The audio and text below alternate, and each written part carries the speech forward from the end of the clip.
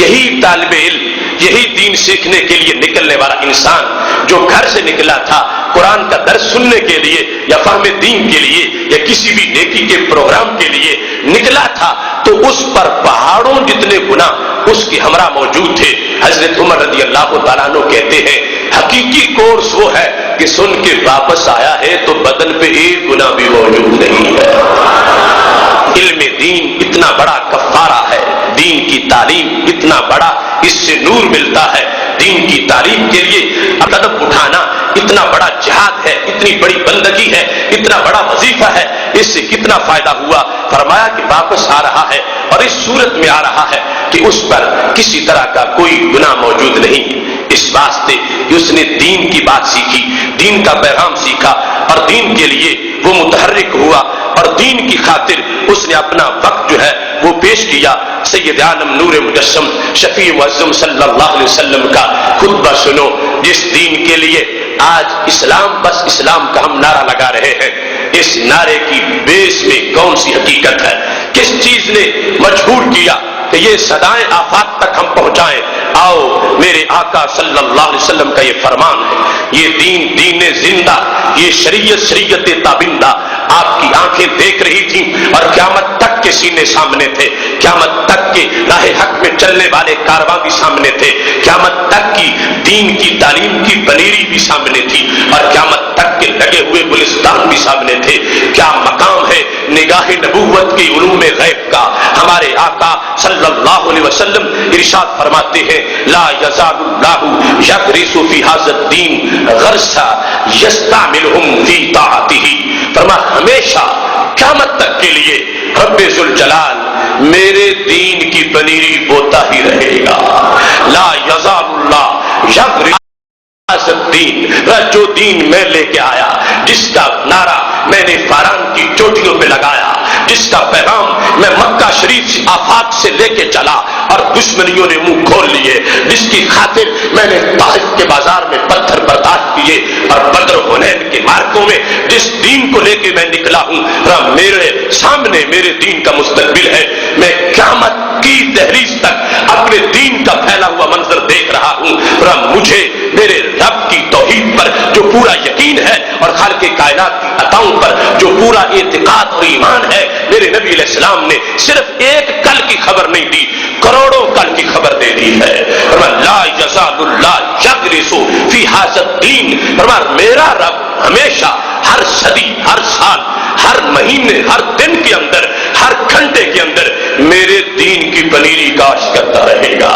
اس کا لغوی معنی ہے یغرسو کا بوٹے لگانا، تو میرا رب انسانی دلوں میں دین کے بوٹے لگاتا رہے گا۔ ایسا دین میرا نہیں ہے کہ جس کی زمینیں بنجر ویران ہو جائے اور کل اس دین کا کہیں گلشن نظر نہ آئے اور اس دین کی کہیں بہار نظر نہ آئے، اور میں نہیں، قیامت تک کی انسانی فصلیں میرے سامنے ہیں، جہاں کانٹے ہیں وہ بھی مجھے نظر آ رہے ہیں، جہاں دھوڑ کے درخت ہیں وہ بھی مجھے نظر آ رہے ہیں، اور جہاں عشق کے باغیچے کھلے ہوئے ہیں وہ بھی مجھے نظر آ رہے ہیں۔ خدا کی قسم میرا یہ اعتقاد ہے اور میں درجنوں احادیث کی روشنی میں کہہ رہا ہوں، اگرچہ یہ بات بڑی ہے اور اس کی تفصیلات بہت زیادہ ہیں، مگر ہم نے فہم دین کورس کے انعقاد میں بھی امام بخاری کے دیے ہوئے قانون کے مطابق اور عقیدہ کے مطابق اس سوچ کو ہمیشہ یاد دلایا کہ نگاہ نبوت نے اس دن جو قیامت تک کے لیے دین کے گلشن دیکھے تھے، یقیناً ایک کیاری فہم دین کی میرج حال کی بھی موجود تھی۔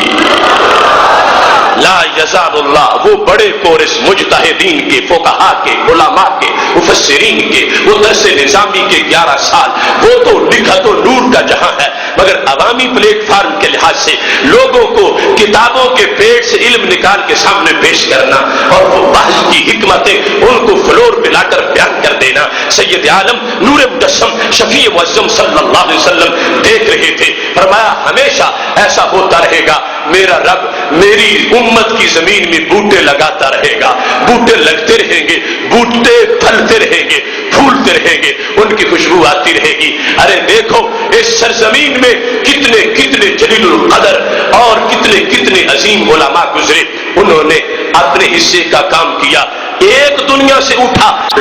لگا کہ اب تو اندھیرا چھا گیا ہے، مگر آج بھی حکمت و نور کی یہ فضا موجود ہے، تو یہ میرے نبی علیہ السلام کے فرمان کی صداقت ہے۔ قیامت تک اگرچہ بڑے بڑے نقصان میری امت کو برداشت کرنے پڑیں گے، مگر میری ملت کے بیٹوں مایوس مت ہونا، اللہ بوٹے لگاتا ہی رہے گا، بوٹے لگتے رہیں گے، پھول نکلتے رہیں گے، ذہن مہکتے رہیں گے۔ اور ساتھ لفظ کیا بولے میرے محبوب علیہ السلام؟ فرماتے ہیں یستعملہم فی طاعتہ، اللہ بوٹے لگائے گا پھر ان سے اپنا کام لے گا۔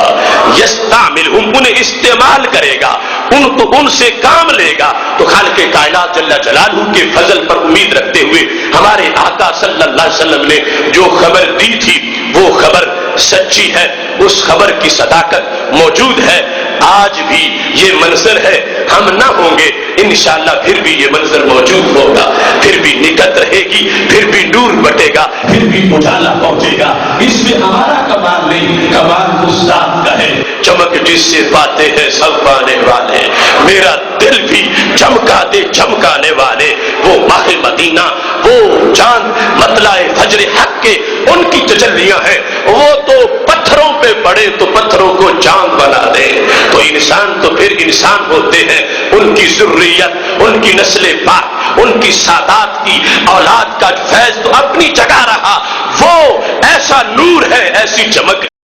جو ذروں پہ پڑے تو ذرے سے آفتاب ظاہر ہوتا ہے۔ لہذا کام ان کی اپنی تجلی کا ہے۔ واضح کر رہے تھے قیامت تک میری تجلیوں سے سینے روشن ہوتے رہیں گے، سینے مدینے بنتے رہیں گے، اور عشق کے سفینے آگے بڑھتے رہیں گے۔ اس واسطے کبھی بھی مایوسی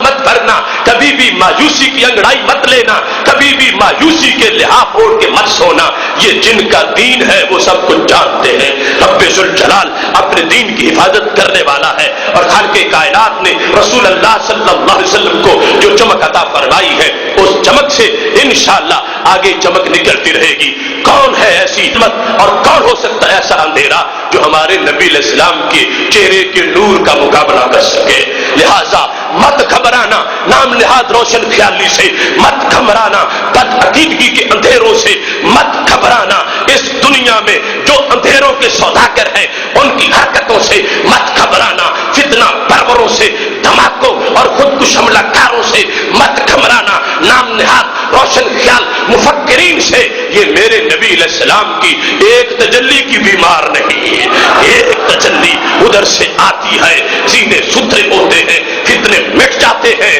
اور رب ذوالجلال دلوں کو نیا جلوہ عطا فرماتا ہے۔